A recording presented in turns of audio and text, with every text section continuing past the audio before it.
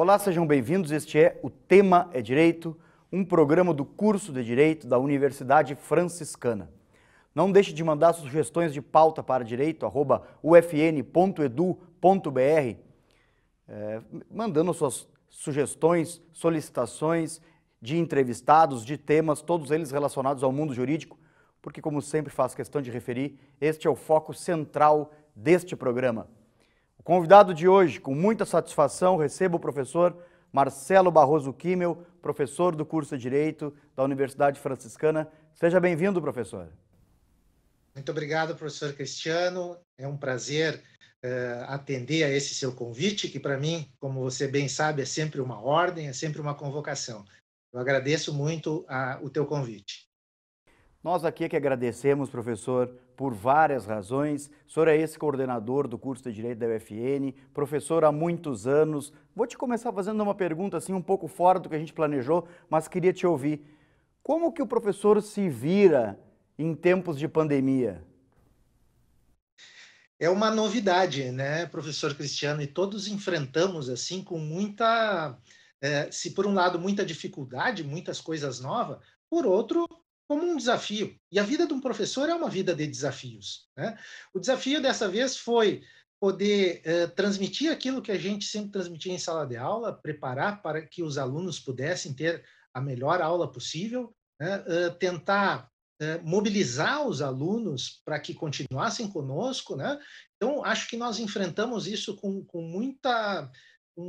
muito entusiasmo. Eu vejo, foi uma coisa muito, para mim é muito marcante que numa sexta-feira eu dei aula e ainda disse para os alunos, pode ser que a semana que vem nós estejamos de casa. E foi o que efetivamente aconteceu. E na semana seguinte eu estava dando aula, né? Então foi assim uma experiência muito marcante, inesquecível e que acho que vai mudar para sempre as nossas vidas. Tu achas que esse sistema exige um pouco mais do aluno, um pouco mais de proatividade? Eu acho que sim. Eu acho que às vezes, inclusive, alguns ficam um pouco apáticos em relação a essa situação, mas eu acho que é necessário muito comprometimento, tanto do professor quanto do aluno. Acho que seria muito necessário, assim, que os alunos tenham uma capacidade maior de organização para chegar na aula num momento ao vivo, e todos nós seguimos dando aulas ao vivo, embora preparemos muito material antecipado, né, para que ele possa se preparar com qualidade, que ele possa acompanhar bem os conteúdos, mas eu acho muito necessário assim a mobilização do aluno, né, porque ele tem uma parte do seu aprendizado que vai ter que ser muito pela sua própria autonomia, para chegar no dia da aula online, da aula ao vivo, e ele já ter aquela noção do conteúdo capaz de permitir um maior debate, uma realização de uma aula mais prática, porque se ele ficar apenas esperando aquele dia, pode ser que ele não consiga ter todo o aproveitamento necessário. Professor, estás professor deste curso há muitos anos. Como é que tu vê a evolução do curso de Direito da UFN? Eu sei que tu tem um sentimento de pertencimento em relação a esse curso. Queria te ouvir um pouquinho sobre isso também, professor. Professor Cristiano, falar disso é falar muito da minha própria vida, da minha própria experiência na Universidade Franciscana.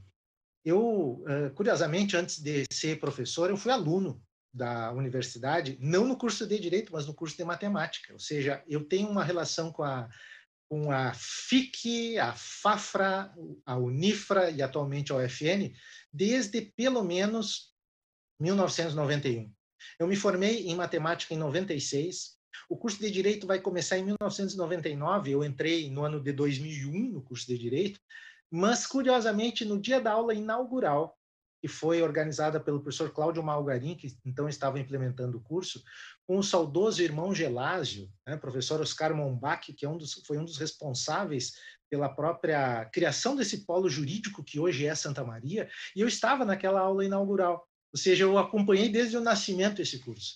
E foi com muito orgulho que eu fui recrutado para trabalhar no curso de Direito, muita felicidade. Para mim é uma segunda casa.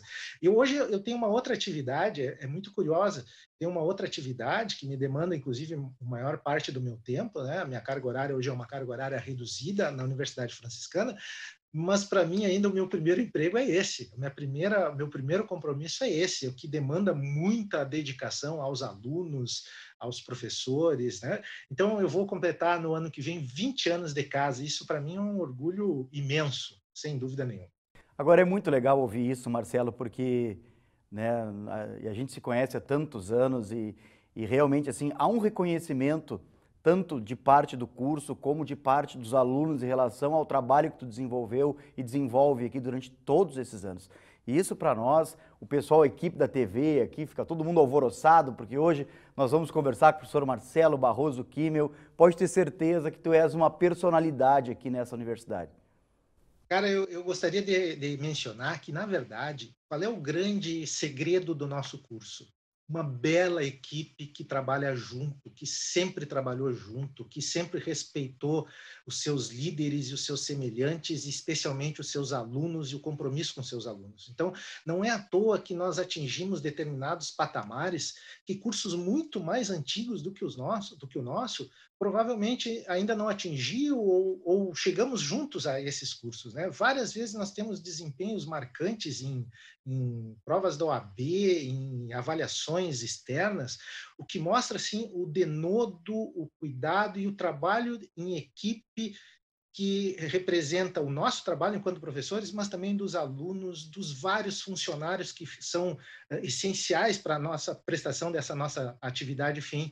Então, esse conjunto, muito mais do que nós, né, Cristiano, tu sabes, tu é um excelente coordenador, um dos melhores chefes que passaram pela minha vida, mas tu sabe também que nós dependemos de todos, né, para que o trabalho seja bem feito. E isso a gente faz muito bem, eu acho.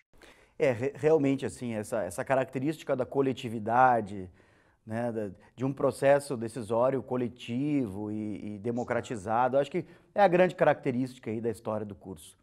Marcelo, queria aproveitar a tua presença virtual hoje para te perguntar um pouquinho também sobre o estado da arte do direito do trabalho, principalmente em tempos de pandemia. O que é possível dizer a respeito disso? Professor Cristiano, eu tenho 3 momentos que eu posso observar a partir de hoje. Na verdade, neste momento pandêmico, vamos dizer assim. E que, vou dizer uma coisa, essa pandemia no direito do trabalho começou antes.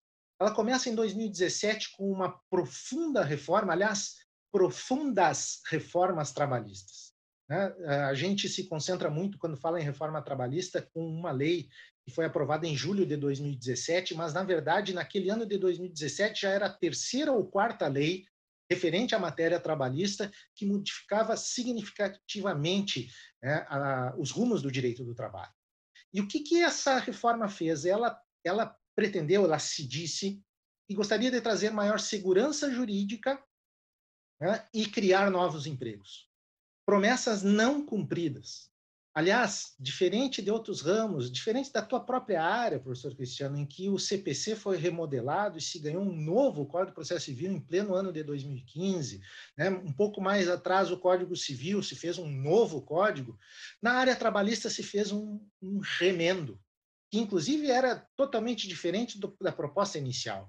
Eu brinco com os meus alunos a nossa dificuldade de estudar o direito do trabalho, porque o legislador trabalhista procurou sempre dificultar, criar, criar armadilhas dentro da legislação trabalhista, porque nos permite, nos dificulta, inclusive, a compreensão desse tema.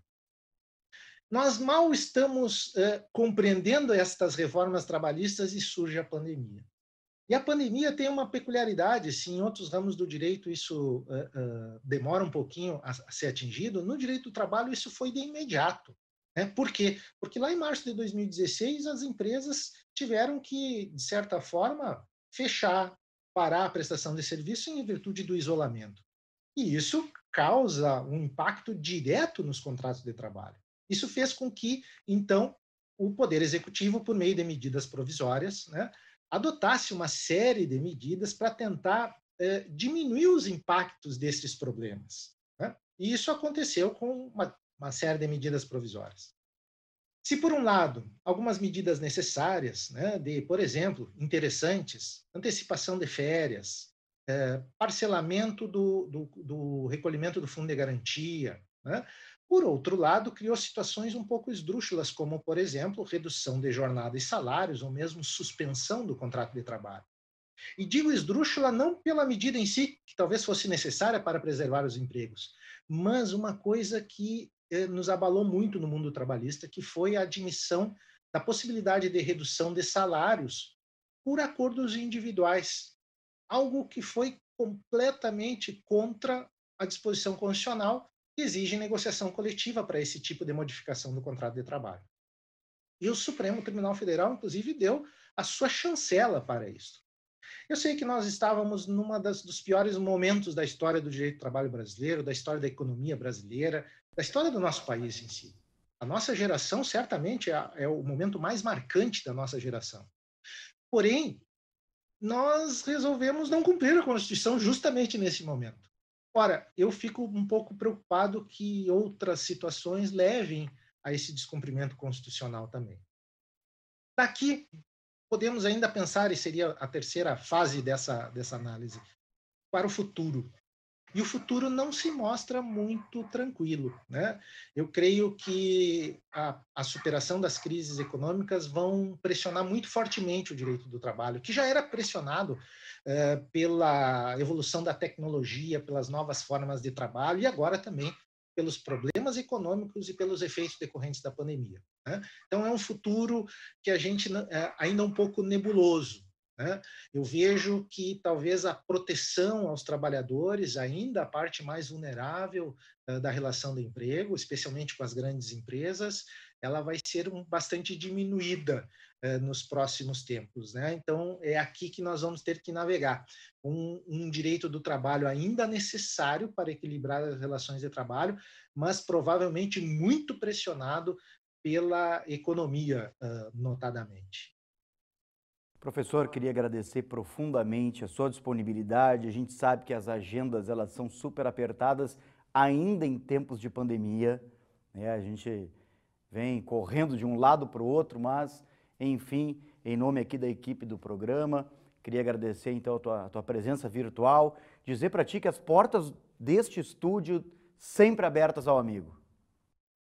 Eu agradeço imensamente o convite e esse reconhecimento e estou à disposição sempre que precisar e vou convidá-lo a participar de outras discussões também relativas ao direito do trabalho. Eu agradeço, professor Cristiano. É Nós uma que honra agradecemos, com o senhor professor. aqui. Um grande abraço e até a próxima. Até a próxima. Agradecemos Um a abraço. vocês também pela audiência. Fiquem ligados nos próximos programas da TV da Universidade Franciscana. Um grande abraço.